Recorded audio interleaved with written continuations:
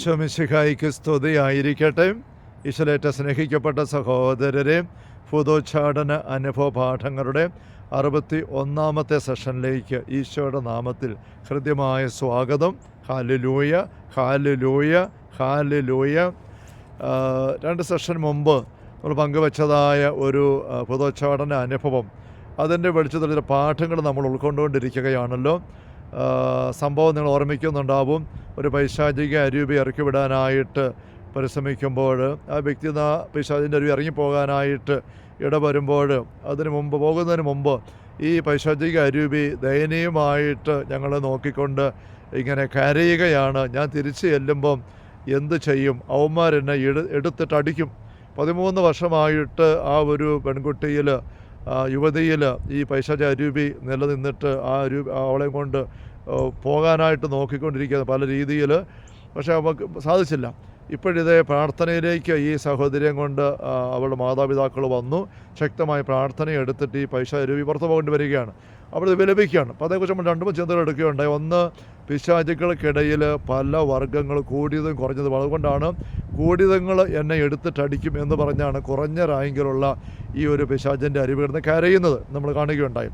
വീണ്ടും നമ്മൾ കാണുകയുണ്ടായി, പിശാചുക്കൾക്കിടയിൽ ഇങ്ങനെ മർദ്ദിച്ച് ഭീഷണിപ്പെടുത്തി കീഴ്പ്പെടുത്തുന്ന ശൈലിയുണ്ട്.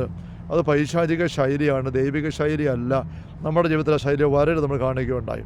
വീണ്ടും നമ്മൾ വിചിന്തനം കഴിഞ്ഞ സെഷനിൽ കാണുകയുണ്ടായി. ഇതിൻ്റെ ഈ ഒരു സംഭവത്തിൻ്റെ പശ്ചാത്തലത്തിൽ ഒരു പാഠമായിട്ട് കാണുകയുണ്ടായി. ചിലപ്പോഴൊക്കെ നമ്മൾ പ്രാർത്ഥിക്കും, പെട്ടെന്ന് വിടുതലുണ്ടാകുന്നു. ചില കേസിൽ പ്രാർത്ഥിക്കും, വിടുതലുണ്ടാകുന്നില്ല, താമസം വരുന്നു. അത് നമ്മൾ വിശുദ്ധ ഗ്രന്ഥത്തിലേക്ക് നോക്കിയിട്ട് അപ്പസ്തോലന്മാർ തന്നെ ഒരു അനുഭവം, മർക്കോസ് 9 നിന്ന് 9 അപ്പസ്തോലന്മാർ ഒരു പയ്യനിലെ പിശാചിനെ ഇറക്കി വിടാനായിട്ട് നോക്കിയിട്ട് സാധിച്ചില്ല. അപ്പോൾ ഈശോ 3 അപ്പസ്തോലന്മാരെയും കൂടി താബോർ പ്രാർത്ഥിക്കാൻ പോയിരിക്കുകയായിരുന്നു. തിരിച്ചറിഞ്ഞു വരുമ്പോൾ ഈശോ ആ പിശാചിനെ ഇറക്കി വിട്ട് കഴിഞ്ഞിട്ട് എന്തുകൊണ്ട് തങ്ങൾക്ക് സാധിക്കാതെ പോയി എന്ന് ഈ അപ്പസ്തോലന്മാർ സ്വകാര്യമായിട്ട് രാത്രി ചോദിക്കുമ്പം ഈശോ കൊടുക്കുന്ന മറുപടി, ഉപവാസവും പ്രാർത്ഥനയും കൊണ്ടല്ല, മറ്റൊന്നുകൊണ്ടും ഈ വർഗം പുറത്തു പോവുകയല്ല.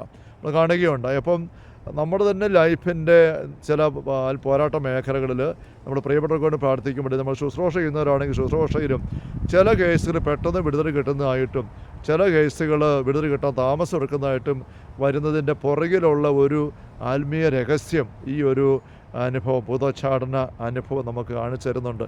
നമ്മൾ കാണുകയായിരുന്നു.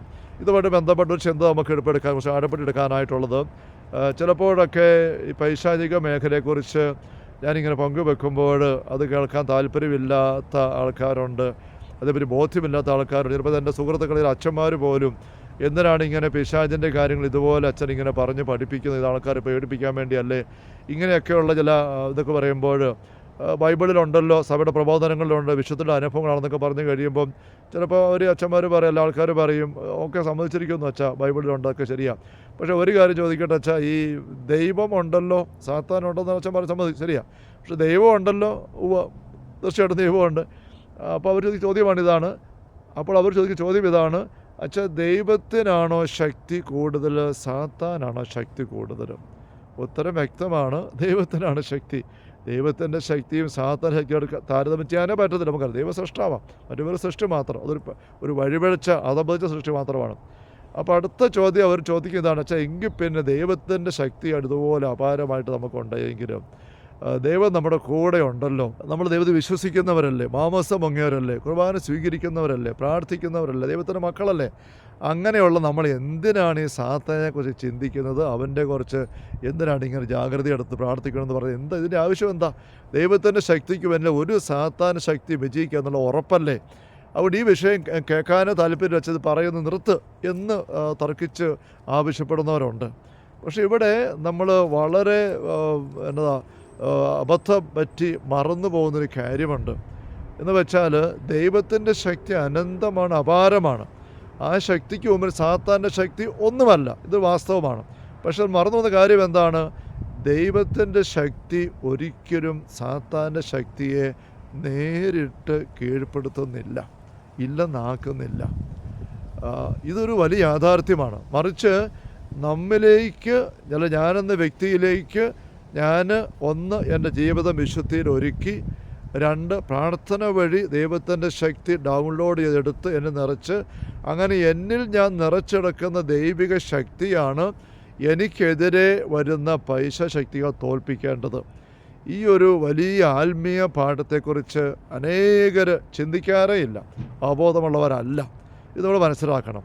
എന്തുകൊണ്ടാണ് ദൈവം സാത്താനെ നേരിട്ട് തോൽപ്പിക്കുന്നില്ല, ദൈവത്തിൻ്റെ ശക്തി സാത്താനെ നേരിട്ട് ഇല്ലെന്നാക്കുന്നില്ല എന്ന് പറയുന്നത് എന്തുകൊണ്ടാണ്?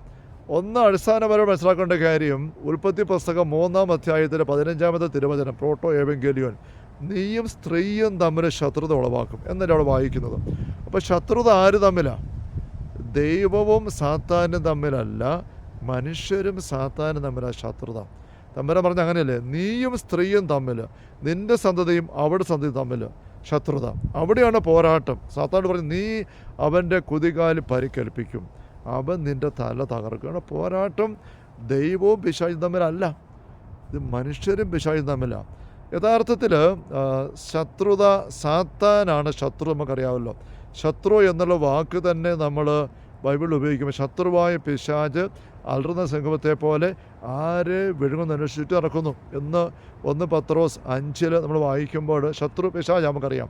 നമ്മൾ കേരളക്കരയിൽ നമ്മുടെ കാരണവന്മാർ നമ്മൾ പഠിപ്പിച്ചിരിക്കുന്ന ഒരു വലിയ ബഹിഷ്കരണ പ്രാർത്ഥനയുണ്ട്, എല്ലാവരും നേരത്തെ ഉപയോഗിക്കുന്നത്. പലപ്പോഴും അതൊരു ബഹിഷ്കരണ പ്രാർത്ഥന നമ്മൾ ശ്രദ്ധിച്ചിട്ടില്ല.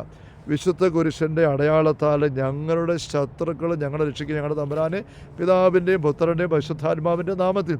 ഇത് വളരെ മനോഹരമായ ഒരു ബഹിഷ്കരണ പ്രാർത്ഥനയാണ്, വളരെ ഫലപ്രദമായിട്ടുള്ള സംരക്ഷണം നൽകുന്നത്. ബഹിഷ്കരണ പ്രാർത്ഥന 2 രീതിയിലുണ്ടെന്ന് നിങ്ങൾ ശ്രദ്ധിച്ചിട്ടുണ്ടാവും. അപേക്ഷാരൂപത്തിലും ആജ്ഞാരൂപത്തിലുമുണ്ട്.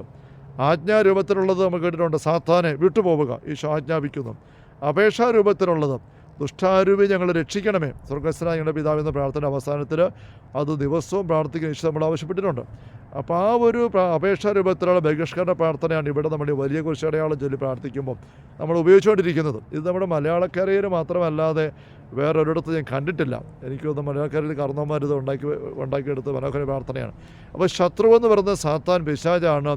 സാത്താന് ദൈവത്തിനോട് ശത്രുതയാണ്, മനുഷ്യരോട് ശത്രുതയാണ്, ദൈവത്തിൻ്റെ എല്ലാ പ്രവൃത്തികളും ശത്രുതയാണ്. അതുകൊണ്ട് മനുഷ്യൻ സാത്താനെതിരെ പൊരുതേണ്ടതായിട്ടുണ്ട്. പക്ഷെ ദൈവത്തിന് ആരോട് ശത്രുതയില്ല. ഇത് നമ്മൾ മനസ്സിലാക്കണം. താത്വികമായിട്ട് പറഞ്ഞാൽ ദൈവം സ്നേഹമാണ്, ദൈവം നന്മ തന്നെയാണ്. ദൈവത്തിൽ സ്നേഹം മാത്രമേ ഉള്ളൂ. ദൈവത്തിന് ആരെയും വെറുക്കാൻ പറ്റത്തില്ല, ദൈവത്തിന് ആരോട് ശത്രുതയില്ല. ഇത് ദൈവത്തിൻ്റെ പൂർണ്ണതയ്ക്ക് നിരക്കുന്നതല്ല ശത്രുത, വെറുപ്പ്, നീരസം, വിദ്വേഷം ഇങ്ങനെയുള്ള ഒന്നും. അതൊരു കാര്യം. മറ്റൊന്ന്, ദൈവത്തിന് ഒരു വ്യക്തിയുടെ ശത്രുത വരിക എന്ന് വെച്ചാൽ അർത്ഥം എന്താ? അല്ലെങ്കിൽ ഒരു വ്യക്തി ഒരൊന്നിനെ ഇല്ലെന്നാക്കണം ദൈവം വിചാരിച്ചാൽ, ദൈവത്തിന് ഒന്ന് പൊരുതാൻ, ശത്രുതയോ കാണിച്ചാൽ ഒന്ന് പൊരുതാനായിട്ട്, പോരാടാനായിട്ട് പറ്റിയ ഒരു അസ്തിത്വവും ഒരിടത്തും ഇല്ല. ദൈവം ദൈവമാണ്, ദൈവം ഏകനാണ്, അവിടത്തേക്ക് തുല്യമായിട്ട് ആരുമില്ല. ഉണ്ടാകട്ടെ എന്ന് പറഞ്ഞപ്പോൾ ഇല്ലായ്മയിൽ നിന്നുണ്ടായി മാലാഖമാർ, അവർ കുറച്ചുപേർ അധപ്പതിച്ചാണ് സാത്താൻ, പിശാചുക്കൾ. ഈ സൃഷ്ടപ്രപഞ്ചം മുഴുവനും ദൈവം ഇല്ലായ്മയിൽ നിന്ന് ഉണ്ടാക്കിയത്. എങ്ങനെ? ഉണ്ടാകട്ടെ എന്ന് പറഞ്ഞപ്പോൾ. ദൈവം ഉണ്ടാകട്ടെ ചിന്തിച്ചപ്പോൾ ഉണ്ടാവും. അങ്ങനെയുള്ള ദൈവം സാത്താനെ നോക്കിയിട്ട് ഇല്ലെന്നാകട്ടെ എന്ന് ഒന്ന് ചിന്തിച്ചാൽ അവൻ ഇല്ലെന്നായി പോകും. അത്രയേ ഉള്ളൂ, അതിനപ്പുറം അവനൊന്നുമല്ല. അതുകൊണ്ട് ദൈവം ഒരിക്കലും സാത്താനെതിരെ പൊരുതുന്നില്ല എന്നൊരു മനസ്സിലാക്കണം. അപ്പം പോരാട്ടം എവിടെയാണ്? നമ്മളോടാണ്. സാത്താൻ നമ്മളോട് ദൈവത്തോട് പൊരുതുകയാണ്, പക്ഷെ ദൈവത്തോട് അവനൊന്നും ചെയ്യാൻ പറ്റുകയില്ല. അപ്പോൾ നമ്മോടൊരു കുറച്ച് ചെയ്യാൻ പറ്റും, നമ്മളെ ഉപദ്രവിക്കാൻ പറ്റും, നശിപ്പിക്കാൻ പറ്റും. അതുകൊണ്ട് നമ്മൾ സാത്താനെതിരെ പൊരുതണം. അപ്പോൾ ദൈവത്താൽ പ്രഖ്യാപിക്കപ്പെട്ട മനുഷ്യൻ്റെ ഏക ശത്രു സാത്താനാണ്. ശത്രുതയുള്ള വ്യക്തികളൊക്കെ ചുറ്റുപാട് നമുക്കുണ്ട്, പക്ഷെ അവരാരും ശരിക്കും ശത്രുക്കളല്ല, അവരൊക്കെ നമുക്ക് സഹോദരരാണ്. അവർ പഠിപ്പിക്കുന്നത് അങ്ങനെയാണല്ലോ. അപ്പോൾ ഈ പോരാട്ടത്തിൽ നമുക്ക് നടുനായികയായിട്ട് പരിശുദ്ധ അമ്മയെ ദൈവം തന്നെ തന്നിരിക്കുകയാണ്. അതാണ് ഉൽപ്പത്തി 3:15 നീ സ്ത്രീയും തമ്മിലാണ് ശത്രുത. അപ്പോൾ മനുഷ്യവർഗം സാത്താൻ എന്ന ശത്രുവിനെതിരെ പൊരുതേണ്ടത് സ്ത്രീ, പരിശുദ്ധ അമ്മ. വെളിപാട് 12 ആ സ്ത്രീ പരിശുദ്ധ അമ്മയുടെ കാണുന്നുണ്ട്. ആ സ്ത്രീയുടെ നേതൃത്വത്തിലാണ്. അതുകൊണ്ടാണ് നമ്മൾ പരിശുദ്ധ അമ്മയുടെ കൈ പിടിച്ചുകൊണ്ട് പൊരുതണം. എല്ലാ എക്സോസിസ്റ്റുകളും ശക്തമായിട്ട് പറഞ്ഞൊരു കാര്യമാണ്, ഒരുപോലെ പറഞ്ഞ കാര്യമാണ്, പരിശുദ്ധ അമ്മയുടെ സാന്നിധ്യം, നാമം, സഹായം, മാധ്യസ്ഥം പിശാചുക്കൾക്ക് വളരെ നിസ്സഹായപ്പെടുത്തുന്നതാണ്. അവർ പേടിച്ച് അറച്ച് ഓടുന്ന അനുഭവമാണ് മാതാവിൻ്റെ മാധ്യസ്ഥം പറഞ്ഞ് പ്രാർത്ഥിക്കുമ്പോൾ. അവരെന്നെ എടുത്തിട്ടടിക്കുമെന്നുള്ള ഒരു ഭൂതോച്ചാടന അനുഭവത്തിനകത്തെ പാഠം ചിന്തിക്കുമ്പോൾ നമ്മൾ ഇന്ന് ശ്രദ്ധിച്ച കാര്യം ഇതാണ്. ഒരു അബദ്ധ ചിന്ത നമ്മൾ അനേകർക്കുണ്ട്. ദൈവമുണ്ടല്ലോ, ദൈവത്തിൻ്റെ ശക്തിക്ക് മുമ്പിൽ പിശാച് ഒന്നുമല്ലല്ലോ, പിന്നെ എന്തിനാണ് പിശാചിനെക്കുറിച്ച് പേടിക്കുന്നത്? ചിന്തിക്കേണ്ട ആവശ്യം എന്താ? പക്ഷെ അങ്ങനെയല്ല കാര്യങ്ങൾ. ദൈവം ഒരിക്കലും സാത്താനെതിരെ പൊരുതുന്നില്ല, ഒരു പൈശാചിക അരൂപിക്ക് ദൈവം പൊരുതുന്നില്ല. പോരാട്ടം നമ്മളെ നടത്തേണ്ടത്. അവിടെ നമ്മിൽ നിറയ്ക്കുന്ന ദൈവിക ശക്തി എന്തുമാത്രമുണ്ടോ, നമുക്കെതിരെ വരുന്ന പൈശാചിക അരൂപി ശക്തി കൂടിയതോ കുറഞ്ഞതോ ആണ്. അതനുസരിച്ച് ഞാനെന്ന വ്യക്തി, അല്ല നമ്മളൊരു വ്യക്തി, നമ്മുടെ ജീവിതത്തിലേക്ക് പ്രാർത്ഥന വഴി നിറച്ചെടുക്കുന്ന ദൈവിക ശക്തി എന്തുമാത്രമുണ്ടോ, ആ ശക്തിയുടെ മുൻപിലാണ് നമുക്കെതിരെ തിന്മ ശക്തികൾ തോൽക്കേണ്ടത്. ആ തിന്മ ശക്തി കൂടിയ റാങ്കിൽപ്പെട്ട വർഗത്തിൽപ്പെട്ടതാണ് എങ്കിൽ നമ്മൾ പ്രാർത്ഥനയിൽ കൂടുതൽ സമയം വ്യാപരിച്ച് ദൈവത്തിൻ്റെ ശക്തി അതനുസരിച്ച് നമ്മിലേക്ക് ഇറക്കിയെടുത്ത് നിറച്ചെടുക്കേണ്ടി വരും. എങ്കിൽ മാത്രമേ നമുക്ക് തിന്മ ശക്തി തോൽപ്പിക്കാനായിട്ട് പറ്റുകയുള്ളൂ. നമുക്കിതേപ്പറ്റി കുറച്ചുകൂടെ ചിന്തിക്കാൻ വരും സെഷനുകളിൽ. Hallelujah, hallelujah, hallelujah. കർത്താവ് യേശു മിശിഹായുടെ സമൃദ്ധമായ കൃപയും അനുഗ്രഹങ്ങളും പിതാവായ ദൈവത്തിൻ്റെ അവർണ്ണനീയമായ സ്നേഹവും പരിശുദ്ധാത്മാവായ ദൈവത്തിൻ്റെ നിരന്തരമായ സ്നേഹമുള്ള സഹോദരങ്ങളെ നാം ഓരോരുത്തരോടും കൂടെ ഉണ്ടായിരിക്കട്ടെ, ഇപ്പോഴും എപ്പോഴും എന്നേക്കും. ആമേൻ. Ave Maria, Ave Maria, Ave Maria.